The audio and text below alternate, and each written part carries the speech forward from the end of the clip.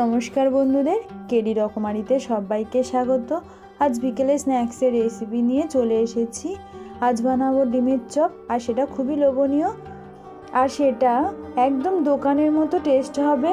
আর পারফেক্টভাবে কি করে বানানো যায় সেই পদ্ধতি দেওয়া রইল। তো দেখে নেওয়া যাক রেসিপিটা। আর ভালো লাগলে একটা লাইক, কেমন হয়েছে অবশ্যই কমেন্ট করে জানিও। তো এবার রেসিপিতে চলে যাওয়া যাক। তো আমি এই ডিমের চপটা বানানোর জন্য প্রথমে 4টে বড় সাইজের আলু সেদ্ধ করে নিয়েছি, নিয়ে খোসাটা ভালো করে ছাড়িয়ে নিয়েছি। তার সাথে 4টে ডিম সেদ্ধ করে নিয়েছি। এবার এই আলুটাকে গ্রেট করে নেবো একটা গ্রেটারের সাহায্যে, যাতে একদম মিহিভাবে একদম গ্রেট হয়ে যায়। হাত দিয়ে ম্যাশ করলে বা কোনো ম্যাশার দিয়ে ম্যাশ করলে সেটা ভালো হবে, নাও হতে পারে। একটু গোটা গোটা থাকলে ডিমের চপটা অত ভালোটা হয় না। তাই এটাকে আমি গ্রেট করে নিয়েছি। পুরো 4টে আলু গ্রেট করা হয়ে গেছে।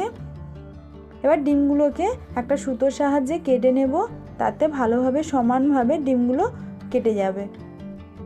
ছুরি দিয়ে কাটতে গেলে অনেক সময় কুসুমটা খুলে আসে, এইভাবে কাটলে আর কুসুমটা খোলে না, পুরোপুরিভাবে পারফেক্টভাবে একদম ডিমটা কাটে। এইভাবে আমি একটা সুতো নিয়ে মাঝখানে বসিয়ে দু সাইডে দুটো সুতোর মুখ ধরে টানলেই আস্তে আস্তে ডিমটা কেটে যায় মাঝখান থেকে। একদম দেখুন কত সুন্দরভাবে সমানভাবে ডিমটা কাটা হয়ে গেছে।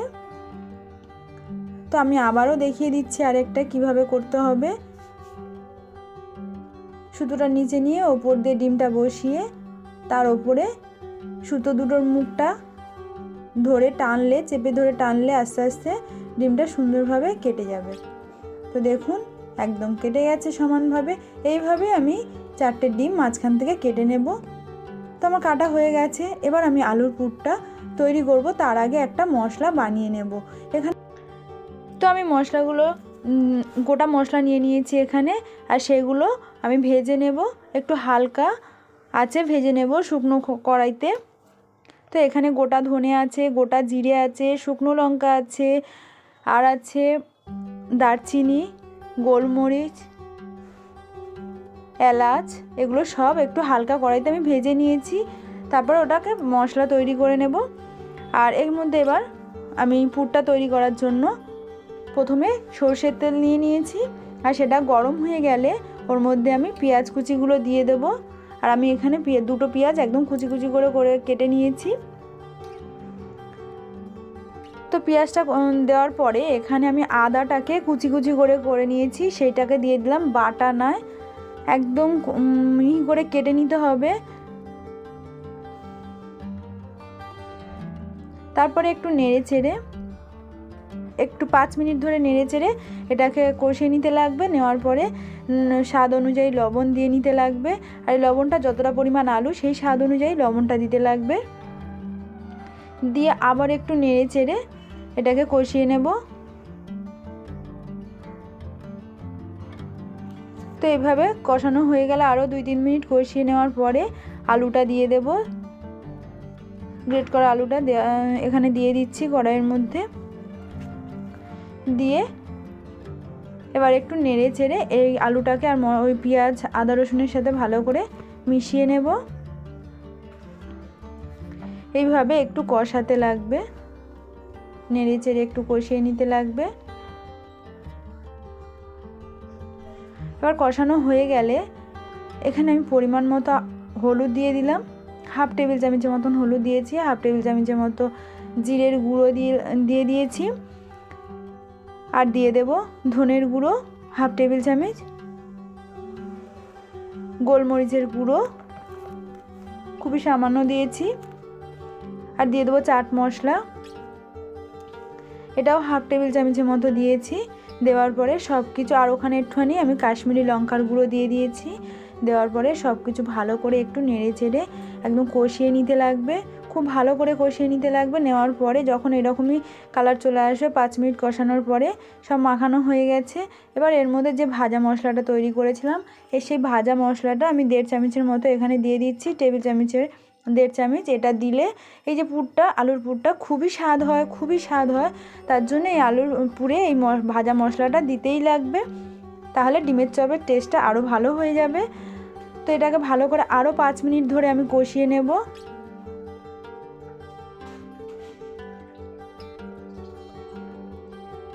এইভাবে নেড়েচেড়ে আমার কষানো হয়ে গেছে। আমি এবার এটাকে নামিয়ে ঠান্ডা করে নেব। তো আমি একটা প্লেটের মধ্যে ঢেলে নিয়েছি আর ওখানে ঠান্ডাও হয়ে গেছে। এবার আমি একটা বাটির মধ্যে একটা ডিম ফেটিয়ে নেব।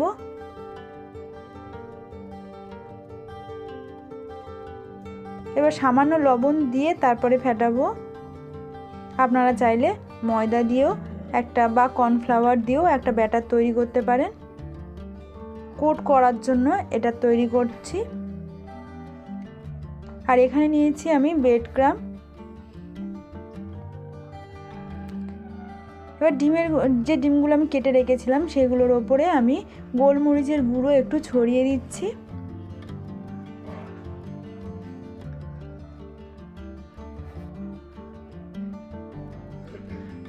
এবার এটাকে রেখে আমি এখানে এবার আলুটাকে নিয়ে নেব। যে আলুর পুরটা তৈরি করা হয়েছে সেই আলুর পুরটা নিয়ে হাতের তালুর মধ্যে নিয়ে নিতে লাগবে।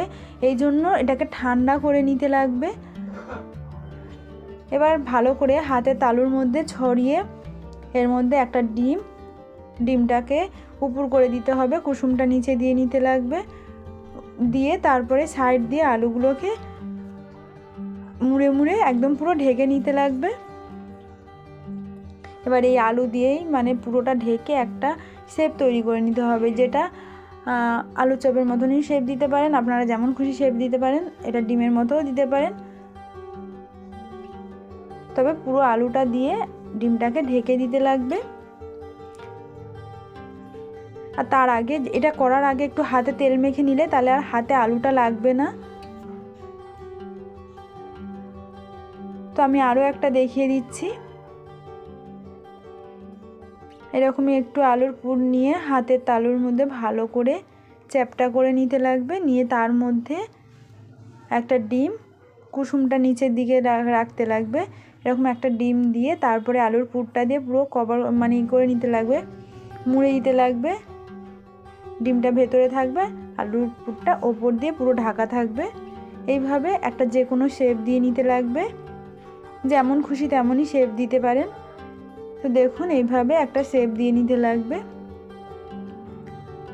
তো আমার এখানে সবটা তৈরি করা হয়ে গেছে, মানে যে কটা ডিম ছিল সেই ডিমের ইসে তৈরি করা হয়ে গেছে। এবার এগুলোকে আমি কোট করব। তো প্রথমে ডিমে যে একটা ব্যাটার তৈরি করেছি সেটার মধ্যে দিয়ে দেব।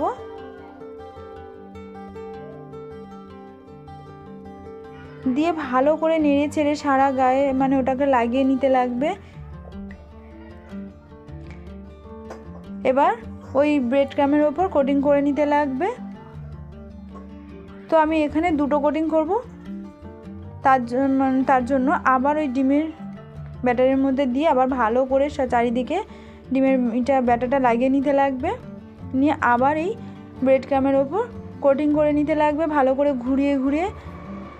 তাহলে এর কোটিংটা খুব মানে মজবুত হবে আর মুচমুচে হবে। ভাজার পর ডিমের চপটা খুব মুচমুচে হবে, খেতে ভালো লাগবে। তো এইভাবে আমি সব কটাই তৈরি করে নেব। তো তৈরি হয়ে গেছে। এবার আধ ঘন্টা এটাকে রেখে দিলে একদম পুরো সেট হয়ে যাবে। এবার একটা কড়াই বসিয়ে নিচ্ছি আমি এখানে। কড়াইটা গরম হয়ে গেলে এর মধ্যে পরিমাণ মতো ভাজা হবে এই ডিমগুলো মানে চপগুলো, সেই পরিমাণ তেল দিয়ে নিতে লাগবে। একটু বেশি পরিমাণ সাদা তেল দিয়ে নিতে লাগবে। তারপরে তেলটা গরম হয়ে গেলে আস্তে আস্তে এই ডিমের চপগুলো ভেজে নিতে লাগবে। উল্টে পাল্টে একটু ব্রাউন কালার হলে সুন্দর করে মিডিয়াম ফ্লেমে রেখে, হাই ফ্লেমে না, হাই ফ্লেমে রাখলে এটা ফেটে যায় আর ভেতর থেকে তৈরিও হয় না। মিডিয়াম ফ্লেমে রেখে এটাকে ভালো করে উল্টে পাল্টে ভেজে নিতে লাগবে। তো আমার এটা ভাজা হয়ে গেছে, তুলে নেব। একইভাবে আমি সবগুলোই ভেজে নিচ্ছি। দেখুন কত সুন্দর হয়েছে। তো আমি এখানে সবগুলো ভেজে নিয়েছি। এরকমই সাথে স্যালাড আর যদি সস থাকে তাহলে একদম খেতে অন্যরকম লাগবে, খুবই টেস্টি হয় এই ডিমের চপ। যদি বিকালে বানানো যায় সবাই পছন্দ করবে। তো খুবই কম সময়ের মধ্যেও হয়ে যায়, খুব বেশি যে সময় লাগে তা নয়, অল্প সময়ের মধ্যে হয়ে যায়। তো তো আপনারা বাড়িতে অবশ্যই তৈরি করে দেখবেন কেমন হয়েছে। আর ভালো লাগলে ভিডিওটিতে লাইক করবেন, বেশি বেশি করে শেয়ার করবেন আর কমেন্ট করে অবশ্যই জানিও বন্ধুরা। আর নতুন বন্ধুদের কাছে অনুরোধ রইল চ্যানেলটি সাবস্ক্রাইব করে পাশে থাকার জন্য। অন্য কোনো ভিডিও নিয়ে আবার আপনাদের সঙ্গে দেখা হচ্ছে। ধন্যবাদ বন্ধুরা পুরো ভিডিওটি দেখার জন্য।